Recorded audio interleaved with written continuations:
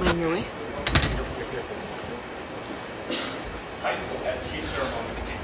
Parking time alcohol. Hey, fire!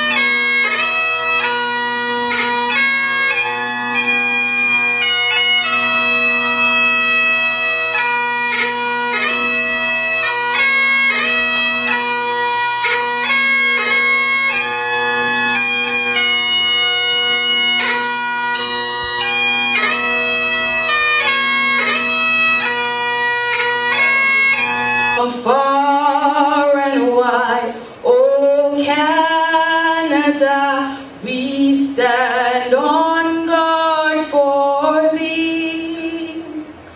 God keep our land glorious and free. Oh Canada, we stand on guard for. And our piper today, Court Officer Jeff Redford.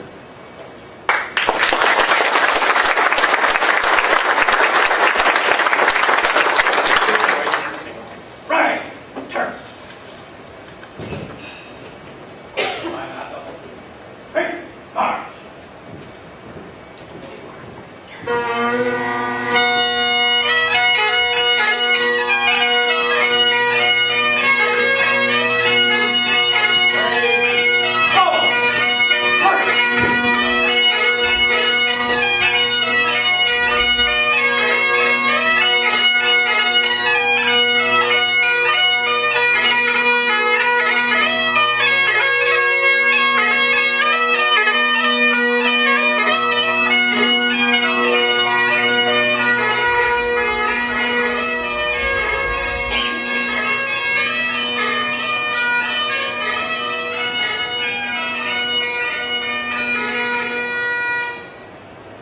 Please be seated.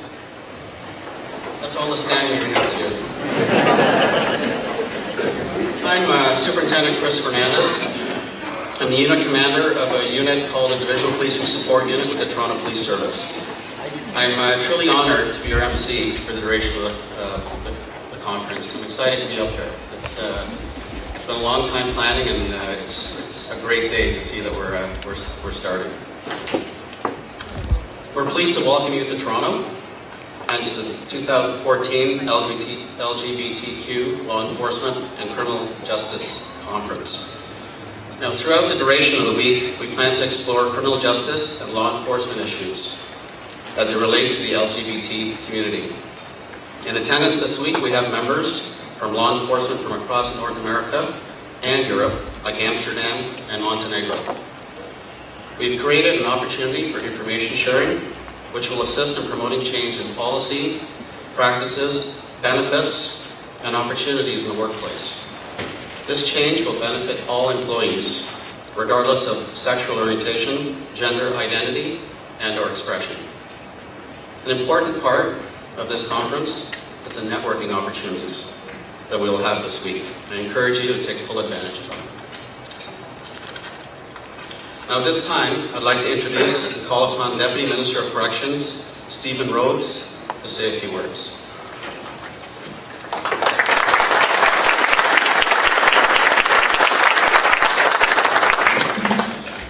I'm sure the Chief will have to raise this up much higher when he gets here. I just want to thank you very much for the introduction and thank the organizers for inviting me and the opportunity to be here today. And before I begin, I'd like to bring greetings on behalf of Minister Yasser Naqvi, who was sworn in yesterday, and he will continue as our minister, thankfully, which will make my transition job a little bit easier, not that I'm selfish. Minister Naqvi, for those of you that have met him from Ottawa, you know that he's an extremely strong community activist, and very passionate about many of the topics that are going to be spoken about over the next 3 days. So he asked me to convey his best wishes on the conference, and certainly I'll be working with him to do more to improve the relationship between correctional services and the LGBTQ community. And my other colleague on the other side of the ministry, because the minister that gets our ministry gets to have 2 deputies, so much fun for them. My other colleague is Deputy Minister Mukherjee, and he has the community safety side, and I spoke to him this morning, and unfortunately wasn't able to be here, but he sends his best regards for the organizers for this conference, and I'll certainly be updating him. So building and nurturing our relationship with the LGBT community within the Ministry of Community Safety and Correctional Services is essential to be able to be here at the conference with you today, especially in the thick of World Pride and with so many eyes on Toronto. So I can't think of a better time to have this conference, and I'd be remiss if I didn't extend my congratulations to all those that work so hard to make this a possibility, because I know there's an infinite amount of details, so my sincere thanks and congratulations to them.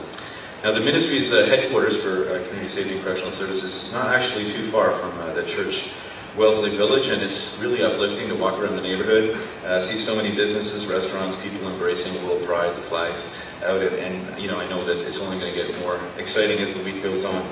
So our ministry is dedicated to breaking down stereotypes and eliminating discrimination in the workplace. And eliminating discrimination in the workplace is an ambitious and often challenging undertaking, as I found out in the 2 years I've been in the job.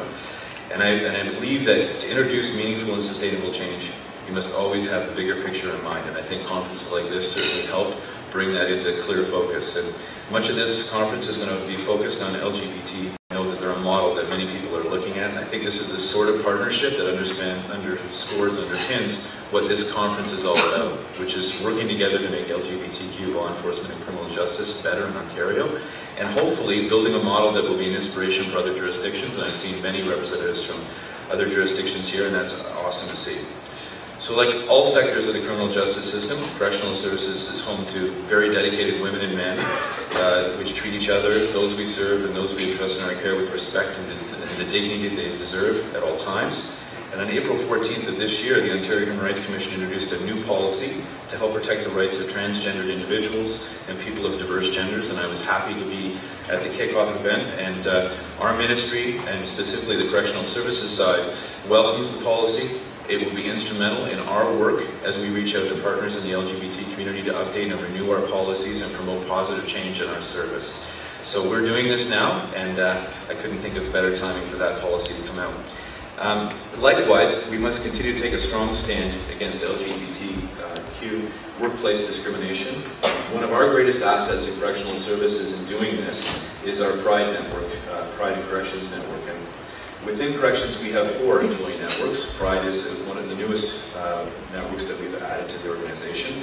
And it's an employee network that helps build a fairer, more open and inclusive workplace. And I know many of the members are here today. And for those of you that weren't able to be here today, I'd ask them Kathy and others to pass along my sincere support for that network.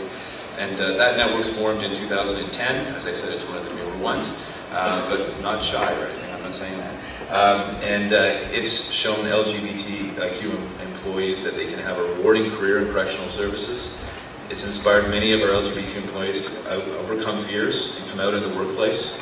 And it's advanced corrections as a culture that embraces inclusiveness and sees strength and harmony. So I know that the network's been busy. They have a lot of events this week. This conference is one of them. I know that the Pride and Corrections flag has been raised high at many events over the course of this week and will continue to. So I really want to thank them for all their work and the work they're going to continue to do, and know that they have my absolute support. So the Ministry of Community Safety and Correctional Services has been a leader in promoting the work of employee networks and groups like Pride.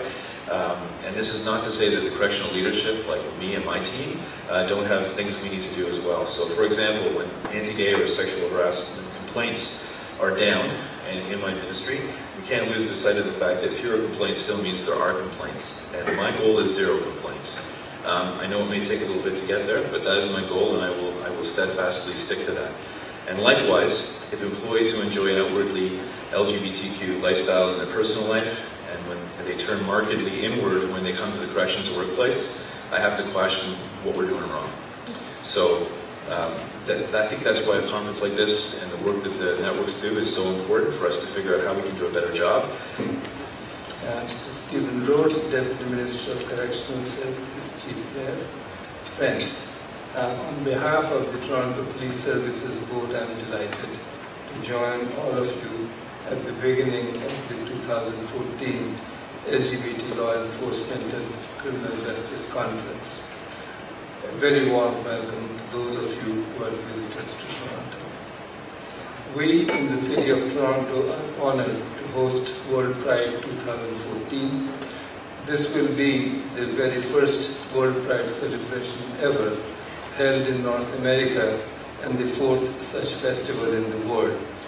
Your conference is a very important component of the program, and as an expression of strong support for its theme, our board was very pleased to make a significant financial contribution to support it. The theme of this conference, Together We Can Make It Better, has great meaning and significance for all of us, locally and globally. There is no better option than partnership and collaboration between our institutions and the community, marked by shared interest, open dialogue, mutual trust and accountability for addressing the needs and expectations, the hopes and aspirations of members of the lesbian, gay, bisexual, trisexual, transgender, intersex, queer, questioning and two-spirited communities in society generally and within the law enforcement and criminal justice sector in particular. I believe it is only through such a relationship that we as an institution can succeed in fulfilling our obligations as the provider of an important service and as a major employer in the community. As I look back over the years of my own engagement with the issues that matter to these communities in my roles as head of the province's Human Rights Commission in the early 1990s and as chair of our Police Services Board in the last 10 years, I note with satisfaction the evolution that has occurred in the relationship between the communities and public institutions like the police service here in Toronto.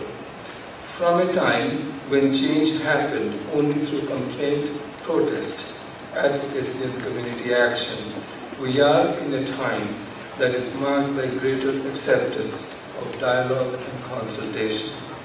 A relationship that was marked by mutual suspicion and apprehension and antagonism is giving way to one characterized by willingness to trust and to cooperate. For this, a great deal of credit must go to the communities, and at the same time, I must recognize the effort and role of those in our institutions who rejected the past and sought a new relationship. However, this is a comparatively new development, and it needs work to be sustained, strengthened, and made to yield meaningful results. On our part, there is a vested interest in our ability to work together. We know now that the quality of our organization is strengthened when the diversity of our communities is reflected in those who police it. The theme of this conference is therefore one that is very much tied to the philosophy of our board. We believe that our partnerships with the community are deeply important to us, something we very much treasure. We celebrate the hard work that the police and the community have done to build bridges. In this regard, I want to make particular mention of the excellent proactive work being done by the lesbian, gay, bisexual, transgender, transsexual, queer community consultative committee of our police service. Our board believes that effective policing is truly a partnership between the police and the community it serves. The collaboration between law enforcement personnel and members of our communities is the key to dealing with complex challenges that we face. We must define problems together, and we must devise solutions together. And so, as we share and learn from each other during this important conference, we must truly take to heart the theme, together we can make it better. I very much hope that your work here will result in less homophobia and an increased readiness to embrace cultural diversity, both in the workplace and in the community. No doubt, you will have many stories to share of struggles and of successes, of strategic alliances and of surprise allies. I'm confident that out of these stories will come ideas and approaches that will truly help us together to make it better. Thank you and happy Pride.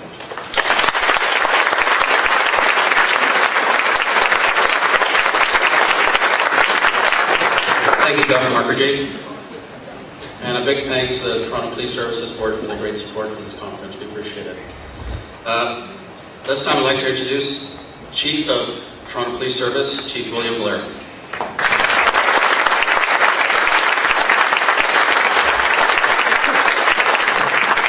Thank you, Chris, and good morning, everyone. One of the great things about being the Chief of Police, you can come dressed whatever way you like, so I decided to take my tunic off. Dr. Mukherjee, Deputy Minister Rhodes, it's a delight to be able to follow you, but quite frankly, I was a little bit concerned as you both spoke. You left me so little to say, but those who know you me well know that I'll overcome that disadvantage. As I look around this room as I come in here this morning, and as I reflect a little bit on the World Pride and the celebration that we are going to have in the City of Toronto this year, and the Pride celebration that we have every year, I think it's sometimes useful to reflect upon our beginnings and where we have come from. I've been a police officer in the City of Toronto for 38 years. And in the early part of my career, my first interactions with the LGBT community in Toronto was standing on the opposite side of the barricade, standing in front of our police headquarters at 590 Jarvis Street as they burned the chief of the day in effigy. And he was a big man, so it was a big fire. I also reflect upon the community marches that took place as they marched on 52 Division. And again, I was one of the biggest cops we had, so I was standing on the other side of that barricade. And my first interaction with people who went on a generation later to become some of the people I admire and respect the most, people who I consider not only great friends, but great partners in community safety and helping us make this a better and more livable city for everybody, I first encountered across those barricades. I first encountered as they chained themselves to the front door of police headquarters. And it is, therefore, for me, a true celebration as I stand here today and I look out across this room, and as I reflect on the incredible world celebration that will take place here in our city, that we have come so far. And I don't suggest for a moment that we don't have a greater road to travel. But we have come so far down that road, and it's important to reflect on how we got here. And it has been the direct result of some extraordinary and heroic people in our city and in our society who chose to make a difference, who overcame that anger and resentment that characterized our early interactions and committed themselves to coming to the table and helping us make a difference. And I recall vividly a day back in 1999 where we were going to form the LGBT consultative committee in the Toronto Police Service. For those of you who are not familiar with us, we have many, many consultative committees in which we meet with members of our communities because this is an extraordinarily diverse city, and I'll speak of that in a moment. But we meet with the various communities, we ask various community leaders and activists to come to the table with us, to share their concerns, but to work with us on solutions to help us serve and protect that community, to improve the quality of its life, to create a sense of inclusion and cohesiveness within our city that makes an incredible difference in its safety and its livability. And in 1999, we asked members of the LGBT community to come to the table and to meet with us. And I remember the meeting vividly. It took place at Metro Hall. I was there at 8 o'clock in the morning. We had planned the whole day. We had quite an aggressive agenda. We were going to talk about all the issues and the concerns. And the night before, at about midnight, the police had conducted a raid on an event that was called the Pussy Palace. And the Pussy Palace raids resulted in incredible damage to the relationship between ourselves and the lesbian community in the city of Toronto. It was an extraordinarily difficult event. And what astounded me at 8 o'clock the next morning is notwithstanding that we had just gone through this incredibly rending experience the night before. Community leaders still came through that door. They came through angry, they came through with a great deal of concern, but they came. And they came and they sat at the table and they made a commitment to continue to work with us to try to make it better. And I personally got tasked by the police service to go and to negotiate some kind of a human rights settlement on that thing. We spent weeks and months in a hotel room working this thing out. And I reflect on the work that was done and the people that were at that table and how extraordinary they were. That notwithstanding, they had every reason to be infuriated and angry with us. They still came to the table to make a difference. And over the years, those people kept on coming back, and the relationship began to build, and a greater respect was developed, and a trust was developed between us. And it took an incredible amount of work, and I want to acknowledge some of those incredible community leaders who came to the table with us and who worked with us, sometimes as our strongest and most vocal critics. But that criticism was always tempered with their desire to make it better. And people like the Reverend Brent Hawks, Kyle Ray, Helen Kennedy, and so many others. And if I begin going down a list, I'll leave people out, and that would be a terrible mistake. But there have been so many extraordinary people in our city that have worked to make a difference. And people within our own organization, people of incredible courage, leaders in our organization, police officers and other members of our service who helped make us better and show us a better way. And as I indicated, the city of Toronto is one of the most diverse cities anywhere in the world. People have come from all over the world to live in this city. They come here to live in peace and in harmony and in safety. And one of the things that I am proudest of as the Chief of the Toronto Police Service is that this is a city of social cohesion, where people feel a sense of inclusiveness. And that inclusiveness, the way in which we embrace our diversity, the way we embrace our pluralism, is really the thing that makes this a great and livable city for all of us. It's the thing. The city of Toronto is one of the safest cities anywhere. I'd love to tell you it's a direct result of brilliant police leadership. We've got that, but that's not it. The thing that makes this an incredibly livable city is its people and how we choose to live together. Now, it's not perfect. I would never suggest to you that it is. But this is a city, and you will see this on display this weekend. This is a city where people embrace each other, respect each other, and where we work hard together to make a difference. And it's a city with incredible leaders, incredible community leaders and activists, people who have made a difference for us and for our city. And I also want to take the opportunity as well to acknowledge some of the extraordinary leaders within my own organization. You know, a number of years ago, we also set up a internal support network for our people. And it was important to do so. You know, earlier we had gone out and asked our own people, women and minorities within our organization, about their experience within the organization. And nearly 80% of them said that they had experienced harassment and discrimination in the workplace. That's an extraordinary number, a deeply disappointing number, and a number that cannot be ignored. As all of us who work in law enforcement and correction, public safety, anywhere in the world know, it can be really tough out there. It should never be tough in here. And we need to support each other. We need to stand together and show respect for each other. And the thing that our people told us was the greatest problem in their experience in the workplace, facing harassment and discrimination, is not that there was a jerk, because there are always jerks. And people become quite adept at dealing with the jerk. But their greatest sense of disappointment and betrayal came not from the fact that there was a jerk who would harass them or discriminate against them, but that their peers, their supervisors, their commanders, their co-workers failed to support them. That they were idle bystanders and they just let it happen. And that's the thing that's unacceptable. None of us can be bystanders. None of us can allow that type of an environment for any of us. And so we need to work in our communities to make a difference. And we will continue to do that with our extraordinary community partners. But we've got a little bit of work to do within our own organizations to make sure that our people are treated with the respect and the dignity that they all deserve. That our work environment is a supportive environment for all of us. And that all of us have the support and the mentorship and the opportunities to fulfill their extraordinary potential that each and every one of us deserves. And that's the work that you do here today. And that's why this truly is a celebration for me. You know, we've had so many celebrations related to Pride. I remember in 2005, I was named the chief of police in April, and Kyle Ray, who had been a very, very close friend and a person I worked with in the community for many years, came up and congratulated me, threw his arms around me, kissed me in front of a whole bunch of people, which was a little bit shocking. But he said, "Billy, are you coming to Pride?" And to be quite honest with you, I'd always come to Pride, so why not? Yeah, of course. But it turned out to be a bit of a big deal. This was the first time a chief of police in Toronto had ever marched in Pride. And so I went down there, and I have to share a couple of funny parts of that story with you as well, because I was going with David Miller, who was the mayor of the day. And David and I were good friends, and I said to David, I'm going to go in uniform. And they sprayed water all over me at Pride. And I really would not want to be showered in water with those big water cannons wearing my uniform. And I said, if they start disrespecting my uniform, I might have to leave. And it was great, because we're walking down Yonge Street. And as we were approaching Gerrard, I could see my people, we got spotters in the crowd, and we could see where the water cannons are. So if they're on the right, I was on the left side of the road. If they were on the left, I moved to the right.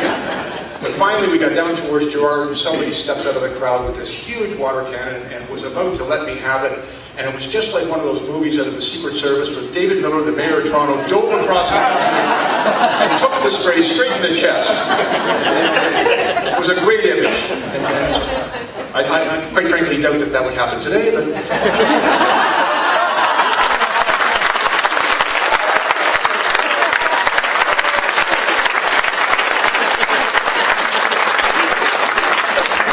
I know I'm taking too long, but you can tell I'm kind of happy about this whole thing. This is a celebration for me, and I'm really glad you're all here. I walked in the parade, and it was kind of a big deal. And the community response was really, really positive, and I felt great about the thing. And I come back at the end of it, and that was great. And I spoke to the Pride organizers, and I really enjoyed myself. And they said, "Thanks so much for doing that. That was great. By the way, you don't need to come next year." And I thought, well, what did I do wrong? And they said, well, it's kind of like inviting your dad to the prom.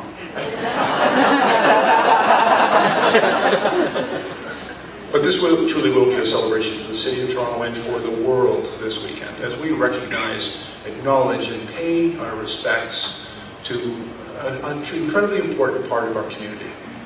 It's part of who we all are. It's part of our families. It's part of our police service. It's part of our neighborhoods and our community. And we celebrate our pluralism. We celebrate our diversity. And I am delighted that the world comes and joins us here in the City of Toronto. And it is with great pride that I welcome you all to this event, this important discussion that's going to take place. I want you to know that in the City of Toronto and within the Toronto Police Service, you are most welcome here. And we are delighted. I want to take the final opportunity to acknowledge the incredible people within my organization and all the partners and help that they have had to put on this extraordinary event. It takes perseverance. It takes a relentless effort to make all this happen. I am blessed in the Toronto Police Service. I have such people of strength and character and leadership who make this happen. And I don't like to single about any individual, but Danny, nice job. Well done. Welcome to Toronto.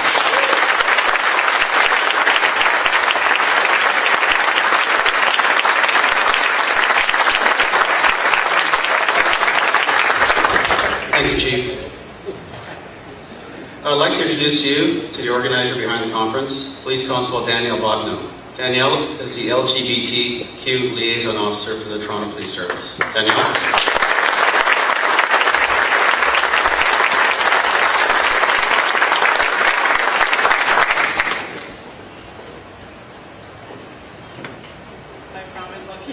Brief compared to all that.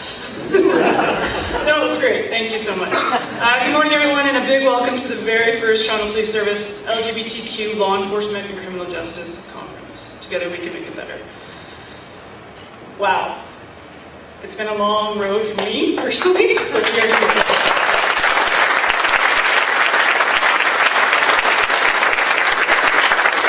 Let me start by extending a special welcome to the Deputy Minister of Correctional Services, Stephen Rhodes, Toronto Police Services Board Chair, Dr. Alok Mukherjee, and of course our Toronto Police Service Chief, Blair. And I also want to point out my community consultative members who were able to join us this morning.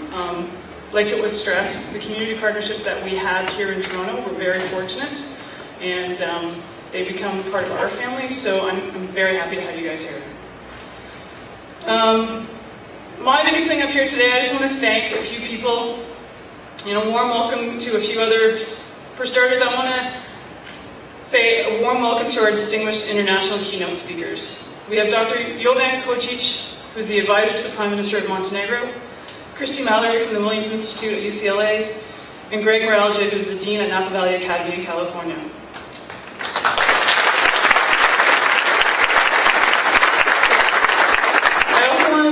I also would like to thank and welcome all the workshop speakers who have traveled from as far as Amsterdam, Mara and Thijs, thank you so much. Across the US and across Canada.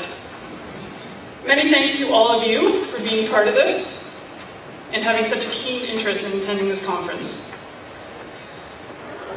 And finally, a special thanks goes out to my unit, the Divisional Policing Support Unit, Unit Commander Chris Fernandez, Inspector Dave Saunders, and Staff Sergeant Ron Kahn, for their continuous and unwavering support from day one, which now is probably more than a year ago.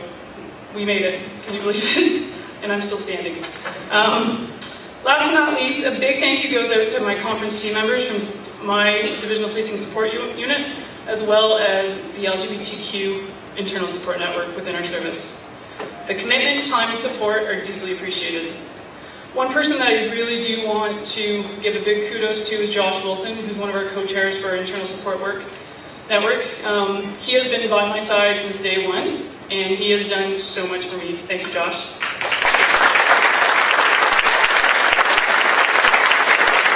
And I've said it numerous times already, but none of this wouldn't have been possible without the support from the Toronto Police Services Board, Dr. Alok Mukherjee, and Chief Blair. Thank you so much for your ongoing support to the community members within the service, but the community at whole within the City of Toronto. Thank you for making this dream of this conference a natural reality. Finally, happy Pride, everyone. Take in all that you can over the next 3 days, and enjoy yourselves. Thank you.